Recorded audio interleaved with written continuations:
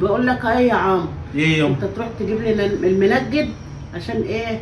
انجد الفرش دي وانجد المراتب وانجد كله. اخيرا يما هتنجدي.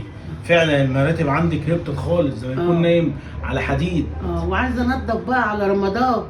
كل سنه وانت طيبه يما. انت طيب يابا، انت طيب. يعني اروح اندهولك دلوقتي؟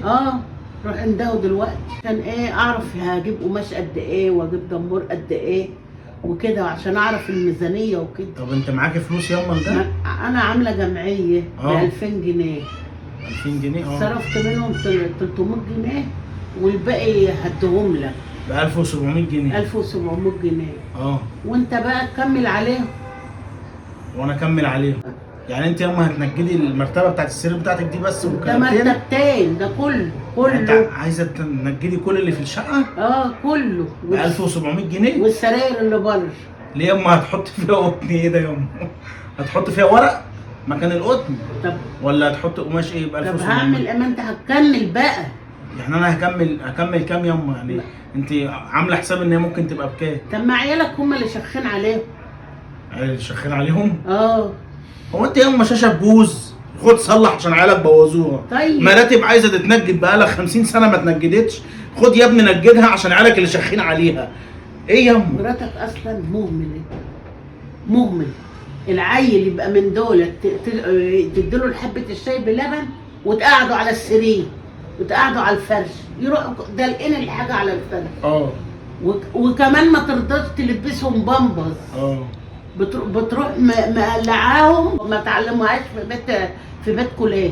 معلمها على ايه يما؟ تعلمها على ان هي تعمل حمام في البوت.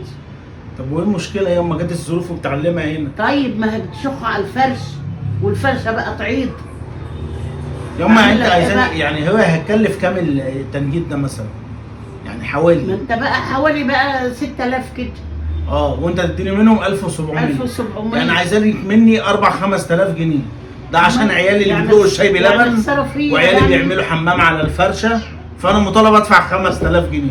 يعني خساره فيا يعني؟ مش خساره فيكي بس خساره عليا ياما. طب اعمل ايه هاني؟ طب وانا معايا منين 5000 دلوقتي ياما عشان اديها لي؟ اتصرف زي ما بتتصرف كده لمراتك فلوس. لما تكون عايزه فلوس اتصرف فيا انا كمان. هو انا مش زي مراتك؟ خلاص ياما اصبري بقى، اخش لك انا كمان جمعيه كده اقبضها وابقى اساعدك في الموضوع ده. ليه؟ انا هستناك لما تعمل لي جمعيه؟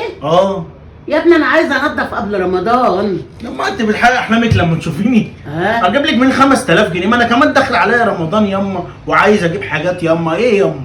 تنجيد ايه؟ طب هعمل ايه؟ طب وانا مالي؟ ما الفرش وسخ، هعمل ايه؟ انا هاخد بعض وامشي يما عشان انت ما اعرفش كل ما تشوفي وشي هاتلي وعيالك واعمل لي وسوي لي. ايه يما في ايه؟ هات المنجد وتعالى قبل رمضان، عايزه انضف الحته قبل يما. رمضان. منجد اديله فلوس منين يما ب 1700 جنيه بتوعك دول؟ اياك تمشي قبل ما تجيب المنجد. يا الله، انا مش عارف اعمل لك ايه يما والله.